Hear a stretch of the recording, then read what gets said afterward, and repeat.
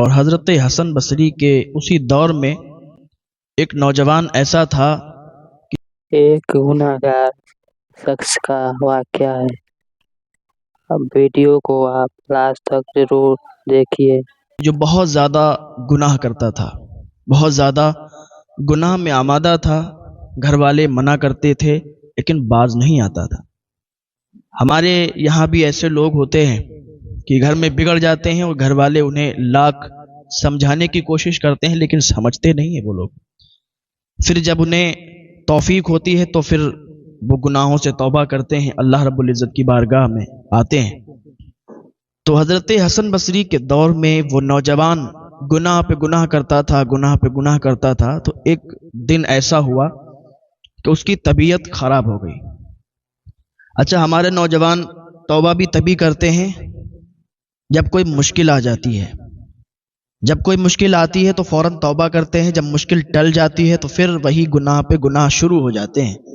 دارو شراب پینے والے دارو شراب پینے لگتے ہیں، جوا کھیلنے والے جوا کھیلنے لگتے ہیں، اور بھی گناہ کرنے والے گناہوں پر آمادہ ہو جاتے ہیں۔ بغداد شریف میں جب وہاں کے لوگوں پر مصیبت آئی تو حضرت جام رحمۃ اللہ علیہ کے پاس آئے اور کہنے لگے ہلاکو بادشاہ کا لشکر آ رہا ہے، اس کا قافلہ آ رہا ہے، اور ایسا لگتا ہے آج ہم سب برباد ہو جائیں گے، تباہ ہو جائیں گے، اور ہمارے قتل و غارت ہو جائیں گے، ہم لوگ مار دیے جائیں گے۔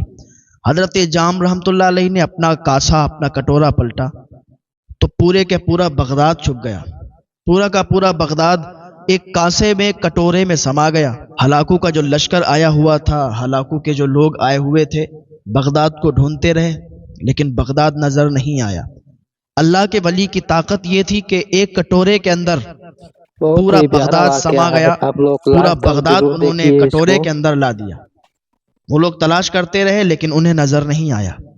جب مصیبت آئی تھی تو جام رحمۃ اللہ علیہ کے پاس آئے تھے، جب مصیبت ٹل گئی تو پھر چلے گئے۔ جوا کھیلنے والا جوا کھیلنے لگا، شراب پینے والا شراب پینے لگا، زنا کرنے والا زنا کرنے لگا، چوری کرنے والا چوری کرنے لگا۔ سارے لوگ جو گناہ پر آمادہ تھے، جو گناہ کر رہے تھے، وہ گناہوں میں ملبس ہو گئے۔ ایک وقت پھر ایسا آیا کہ ہلاکو بادشاہ کے وہ کارندے، وہ اس کے سپاہی پھر آ گئے، اپنے ہاتھوں میں ننگی تلواریں لے کے بغداد کی طرف بڑھنے لگے۔ یہ لوگ پھر حضرت جام رحمۃ اللہ علیہ کے پاس آئے اور کہنے لگے کہ حضرت آج پھر وہ لوگ مارنے آ رہے ہیں، ہمیں بچا لیجئے۔ حضرت جام رحمۃ اللہ علیہ نے کٹورا پلٹا اور پھر بغداد کو کٹورے میں سما دیا۔ وہ لوگ ڈھونڈتے رہے اور ڈھونڈتے ڈھونڈتے ان کو جب نظر نہیں آیا تو ہلاکو بادشاہ کے پاس گئے، کہنے لگے کہ وہ بغداد ہی نظر نہیں آیا۔ ہلاکو بادشاہ کہنے لگا کہ ایسا کیسے ہو سکتا ہے کہ بغداد نظر نہیں آیا؟ تو ہلاکو بادشاہ نے دو بار تو اپنی فوج کو بھیج دیا، دونوں بار فوج نے کیا کہا؟ ہمیں تو بغداد نظر نہیں آیا جو ہم ان لوگوں کو مارتے۔ تو اب اس بار ہلاکو نے کیا پلان بنایا کہ اس بار ہم جائیں گے۔ ابھی ادھر مصیبت آئی تھی تو جام رحمۃ اللہ علیہ کے پاس آئے تھے، جب مصیبت ٹل گئی تو پھر چلے گئے، پھر وہ گناہ پہ گناہ کرنے لگے۔ اب جب تیسری بار ہلاکو خود اپنی فوج کے ساتھ آ رہا تھا تو ان لوگوں کو پتا چلا کہ آج تو ہم لوگ مار دیے جائیں گے، قتل و غارت ہو جائے گا۔ پھر آ گئے کس کے پاس؟ حضرت جام رحمۃ اللہ علیہ کے پاس۔ آنے کے بعد حضرت جام کے پاس کہنے لگے حضور آج وہ لوگ پھر مارنے کے لیے آ رہے ہیں، آج ہمیں پھر بچا لیجئے۔ دو بار تو آپ نے بچایا ہے، اس بار بھی بچا لیجئے۔ اگر آج نہیں بچے تو پھر وہ ہم لوگوں کو مار کے چلے جائیں گے اور ہماری گردنوں کو کاٹ دیں گے۔ حضرت جام رحمۃ اللہ علیہ نے اپنے کٹورے کو اٹھایا اور اپنے کٹورے کو پلٹنا چاہا۔ ابھی پلٹنا چاہ ہی رہے تھے کہ پلٹنے جا رہے تھے کہ آواز آئی، جام اب تم ایسا نہیں کرو گے، انہیں دو بار بچایا ہے تم نے، دو بار انہیں مہلت دی گئی ہے لیکن پھر بھی یہ باز نہیں آئے۔ پہلی بار تم نے بچایا، توبہ انہوں نے کی اور توبہ کر کے یہ سب نکل گئے، لیکن پھر کیا کیا؟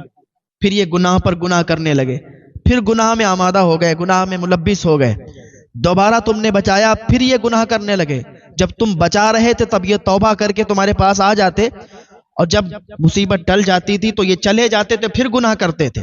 آج پھر آئے ہیں اور آج مصیبت ٹل جائے گی تو پھر چلے جائیں گے، پھر گناہ پہ گناہ کرنے لگیں گے، اور پھر اگر مصیبت آئے گی پھر تمہارے پاس آئیں گے۔ تم کب تک ایسے کرتے رہو گے؟